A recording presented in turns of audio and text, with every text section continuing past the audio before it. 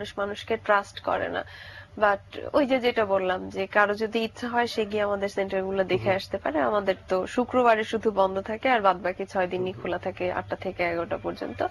So যে কেউ গিয়ে দেখে আসতে পারে আমাদের সেন্টার গুলো। ওইটা আমি একটু অভিজ্ঞতা শেয়ার করতে যাচ্ছি, যেরকম কি মুখোমুখি হতে হয়েছে আপনাদের? ইন্ডিভিজুয়াল লেভেলে আসলে এখনো ওইভাবে মুখোমুখি হতে হয়নি, কারণ এখন আমরা রাস্তায় নেমে লোকজনকে ধরে ধরে বলছি না যে আমাদেরকে টাকা দেন। বাট আমরা যেটা করেছি যে আমরা বড় বড় প্রতিষ্ঠানে, আমরা কয়েকটা ব্যাংকে গিয়েছি যে ভাই আমাদেরকে একটু সাপোর্ট করেন, করলে আমরা এই কাজটা করতে পারি। তারা সবকিছু দেখেছেন, সবকিছু বুঝেছেন, খুশিও হয়েছেন। বাট তাদের একটাই কথা যে এখন তো আসলে আপনাদেরকে আর কে সাপোর্ট করছে, আপনাদের মানে তাদের ইয়েটা হলো যে আমাদের সাথে আর কোনো নাম আছে কিনা, আর কোনো বড় অর্গানাইজেশনের নাম আছে কিনা। যদি থাকে দেন তারা আমাদেরকে এক কথায় সাপোর্ট করবে। বাট আমাদের সাথে যেহেতু এখন কেউ নাই, তো তাদের কথা হলো যে আপনারা আসলে আরেকটু বড় হন, আমাদের তো এতটুকু তো আমরা ডোনেট করি না, আরেকটু বড় হলে বা ওই মিলিয়ন মিলিয়ন টাকা হলে, প্রজেক্ট হলে তখন আমরা দিব। এখন আসলে কি করবেন আমরা ঠিক জানি না। সেটা আমরা এটা মানে একটা বেশ পুরনো সমস্যা না, যার কেউ নাই তার কেউই নাই, যার কেউ নাই তার কেউই নাই। আচ্ছা, তো আপনাদের এখন আমাকে বলেন যে আপনাদের ফিউচার প্ল্যানস কি? 4টি সেন্টার আছে আপনাদের, 25টি করে 100টি বাচ্চার দেখভাল করছেন আপনারা। ভবিষ্যৎ পরিকল্পনা? আমাদের ভবিষ্যৎ পরিকল্পনাটা বেশ বড়সড়। আমরা আসলে প্রথমে চিন্তা করছি যে আমরা ঢাকার যতগুলো স্লাম আছে প্রথমে এই স্লাম এরিয়াটা কভার করব।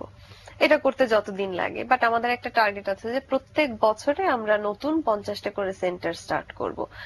এই সেন্টারটা আমরা কিভাবে স্টার্ট করব? আমাদের তো নিজস্ব কোনো ফান্ড নেই। আমরা এটা স্টার্ট করব স্পন্সরদের মাধ্যমে, যে এই 50টা স্কুলের জন্য প্রত্যেকটা স্কুলে 25টা করে বাচ্চা, মানে 1250 বাচ্চাকে তারা সাপোর্ট করবেন। এই 1250 জন স্পন্সর কি আমরা পাবো না বাংলাদেশে 14 কোটি মানুষের মধ্যে?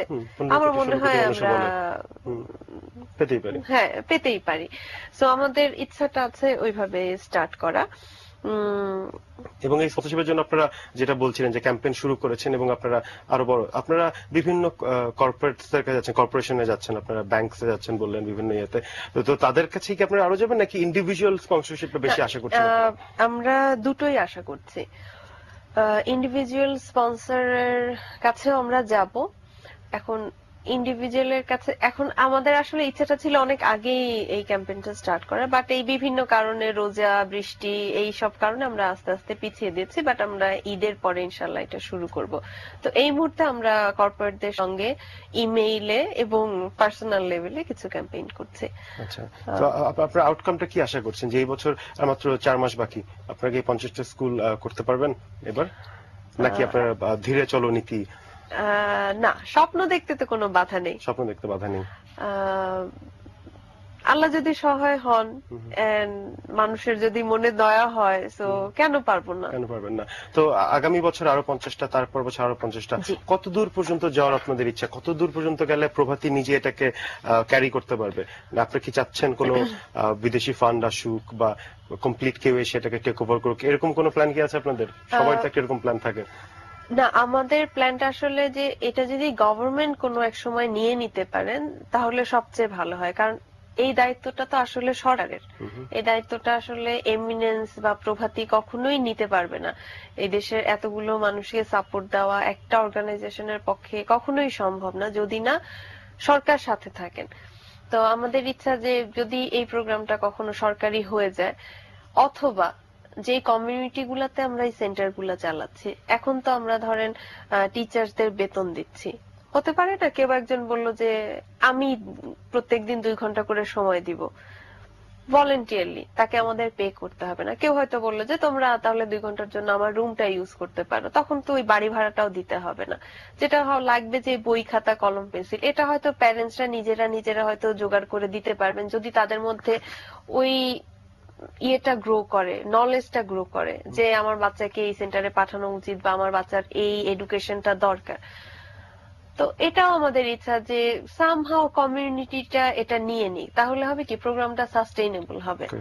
হ্যাঁ, এটা আমরা যদি কখনো ফান্ড দিতে না পারি, আমরা যদি টিচারের বেতন দিতে না পারি, তবুও সেন্টার গুলো চলবে, তবুও এটা বন্ধ হয়ে যাবে না। তো যে কারণে আপনারা বললেন যে 5 টাকা 10 টাকা হলেও নিচ্ছেন, যে নিজেরা যাতে নিজেদের মনে করে, তার জন্য একসময় এসে অন্তত এটা বলতে পারে যে আপনার ক্লাস কেন ঠিক মতন হচ্ছে না বা এটা কেন হচ্ছে না, তাদেরকে ওই অধিকারটাও আপনারা দিতে যাচ্ছেন। আর সরকারের ক্ষেত্রে যেটা বললেন যে আপনারা হয়তো বা চাচ্ছেন যে সরকার একসময় এই প্রজেক্টটাকে অ্যাডপ্ট করুক, নিজের মতো নিয়ে নেক, এটাও বোধহয় আপনি যে স্বপ্ন দেখতে কোনো বাধা নেই সেই কারণে নিশ্চয়ই বলা। কারণ আমরা তো দেখি সরকারি ভাবে এখনো মানে প্রাইমারি স্কুলিংটাও ঠিক মতন আসলে এইভাবে করে মানে অ্যাক্টিভেশনটা 100% এখনো হচ্ছে না। আপনি যেটা বললেন যে প্রচুর ড্রপ আউটস আছে এখানে, আপনি নিজেরাই দেখেছেন। সরি, যেটা বলছিলেন। হ্যাঁ, মানে ওই একটু আগেও আমি বলছিলাম যে আমাদের গরিব দেশের অনেক সমস্যা থাকবে, তো গরিব দেশ হিসাবে আসলে আমাদের সরকারেরও তো ওরকম ফান্ড নেই সবকিছু চালানোর ব্যাপারে, তাই না? ওনাদেরও তো প্রায়োরিটাইজ করতে হয়।